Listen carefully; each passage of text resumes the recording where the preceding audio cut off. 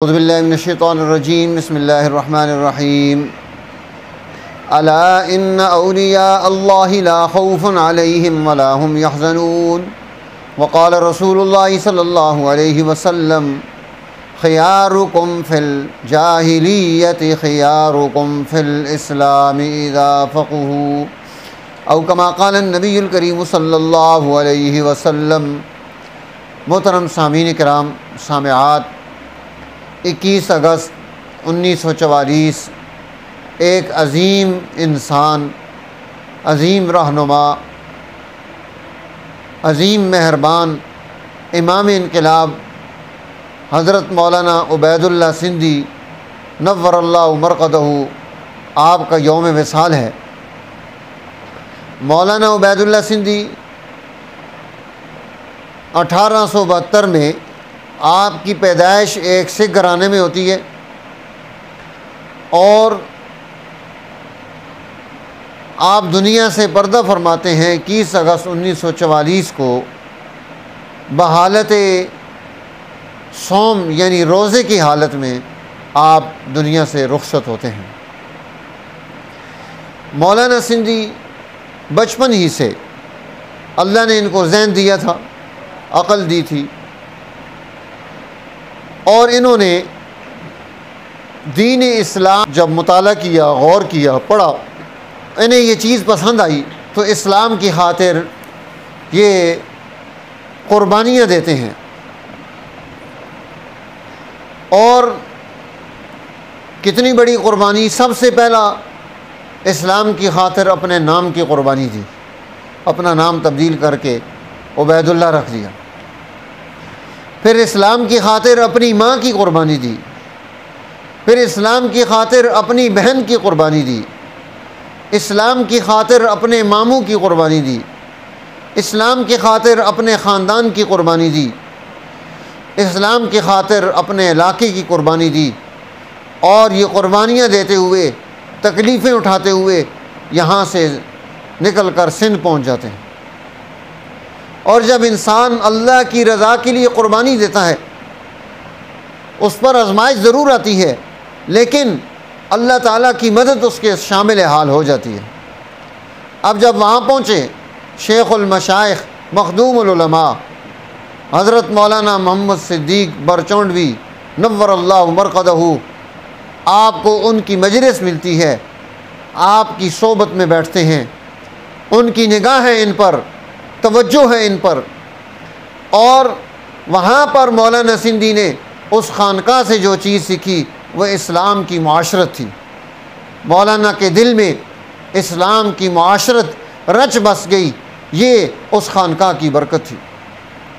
اسی طرح مولانا سندھی کو دوسرے بزرگ ملے، دوسری خانقاہ ملی، اور وہ کیا تھی؟ حضرت مولانا تاج محمود امروٹی۔ ان بزرگوں کی صحبت و معیت ان کو ملتی ہے۔ اور تیسری خانقاہ حضرت مولانا غلام محمد دین پوری نور اللہ مرقدہ، ان اولیاء اللہ کی معیت میں مولانا سندھی رحمۃ اللہ علیہ کو وقت گزارنے کا موقع ملتا ہے، اور ان کے شیخ نے ان کو دعا دی تھی جاتے ہوئے کہ اللہ کرے کہ تجھے کوئی عالم ربانی مل جائے، کوئی دین کا جامع انسان مل جائے جس سے تیری کایا پلٹ جائے۔ شیخ کی دعا قبول ہوئی، اور عظیم استاذ، عظیم مربی، عظیم مہربان حضرت شیخ الہند مولانا محمود حسن نور اللہ مرقدہ، جو ولی اللہ جماعت کے سرخیل ہیں، جنہوں نے 50 سال کے قریب دارالعلوم دیوبند میں بیٹھ کر قال اللہ اور قال الرسول کا درس دیا ہے، جنہوں نے اولیاء اللہ سے دین اور اس کی جامعیت اور کمال سیکھا، آپ کو شیخ الہند کہا جاتا ہے، جنہوں نے شریعت، طریقت اور سیاست، تمام چیزوں میں، علوم، حکمت، ہر چیز میں باکمال انسان تھے۔ سادہ سی شخصیت ہے، اور اس نے انگریز کو ہلا کر رکھ دیا۔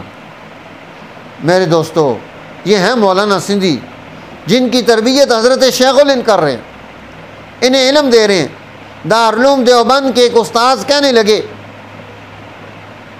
کہ اگر اس نوجوان کو کتابیں مل جائیں پڑھنے کے لیے یعنی دوسرا امام شاہ عبد العزیز بن جائے گا۔ اس کو اتنا مطالعے کا شوق ہے، اللہ نے اسے اتنا علم عطا کیا ہے۔ یہ راتوں کو اٹھ کر تہجد پڑھنے والے، اللہ کی بارگاہ میں رونے والے، عزیرۃ القدس اولیاء اللہ کی جو اڑان ہے، جہاں تک وہ پہنچ رہے ہیں وہاں تک مولانا سندھی پہنچ رہے ہیں۔ اور قرآن حکیم کے ساتھ ایک شغف ہے، ولی اللہ علوم پر انتہائی کمال ہے۔ بڑی محنت کے ساتھ تمام ولی اللہ علوم کو، امام شاہ ولی اللہ محدث دہلوی کی تمام کتابوں کو پڑھا، سبقاً پڑھا۔ مولانا قاسم نانوتوی رحمۃ اللہ علیہ کی ساری کتابیں سبقاً پڑھیں، اور پھر ان تمام علوم پر کمال حاصل کر کے مولانا سندھی رحمۃ اللہ علیہ کردار ادا کر رہے ہیں۔ اس لیے اولیاء اللہ کی جماعت، ان اولیاء اللہ لا خوف علیہم ولا هم یحزنون، ان پر کوئی خوف اور حزن نہیں ہوگا۔ خیارکم فی الجاہلیت خیارکم فی الاسلام، جو اسلام کے زمانے سے پہلے تم میں سے خیار ہیں، اچھے لوگ ہیں، صلاحیت والے ہیں، اسلام انہیں مرتبہ اور مقام دیتا ہے، صلاحیت دیتا ہے، اگر وہ دین اسلام کی سمجھ حاصل کر لیں۔ مولانا سندھی نے قرآن حکیم کی تعلیم پر، اس کی حکمت پر، اس کو سماجی طور پر پیش کرنے کے اعتبار سے بہت ساری چیزیں پیش کی جو عام مفسرین کے یہاں نہیں ملتی ہیں۔ اسی وجہ سے ان مفسرین نے اور اہل العلم نے، بہت سارے لوگوں نے وہ مولانا سندھی پر اعتراضات بھی کیے، لیکن افسوس کہ کاش وہ مولانا سندھی کو پڑھتے، ولی اللہ علوم کو پڑھتے، اور پھر سیرت طیبہ کا اس دور کا مطالعہ اس اعتبار سے کر لیتے کہ رسول اللہ صلی اللہ علیہ وسلم اپنے دور کے ظلم کو، ناانصافی کو، زیادتیوں کو مٹانے کے لیے آپ نے کس طرح سے کردار ادا کیا ہے۔ میرے دوستو، مولانا سندھی کے سامنے یہ تمام چیزیں ہیں۔ ان کی نجی زندگی میں، ان کے خلوت میں، ان کی جلوت میں جتنے لوگ بیٹھے، انہوں نے کبھی بھی یہ نہیں کہا کہ مولانا سندھی لینن کی تعریف کرتے ہوئے ملے ہیں، مولانا سندھی کارل مارکس کی تعریف کرتے ہوئے ملے ہیں، مولانا سندھی فلاں یورپین کسی کی تعریف کرتے ہوئے ملے ہیں۔ نہیں، کبھی بھی نہیں سنا۔ کیوں؟ وجہ یہ تھی، آپ جب بھی گفتگو کر رہے ہیں امام شاہ ولی اللہ کا تعارف کرا رہے ہیں۔ آپ گفتگو کرتے ہیں حضرت حجت الاسلام مولانا نانوتوی کی بات کرتے ہیں، آپ اپنے کالج کا نام رکھتے ہیں تو وہ مولانا قاسم نانوتوی کے نام پر رکھ رہے ہیں۔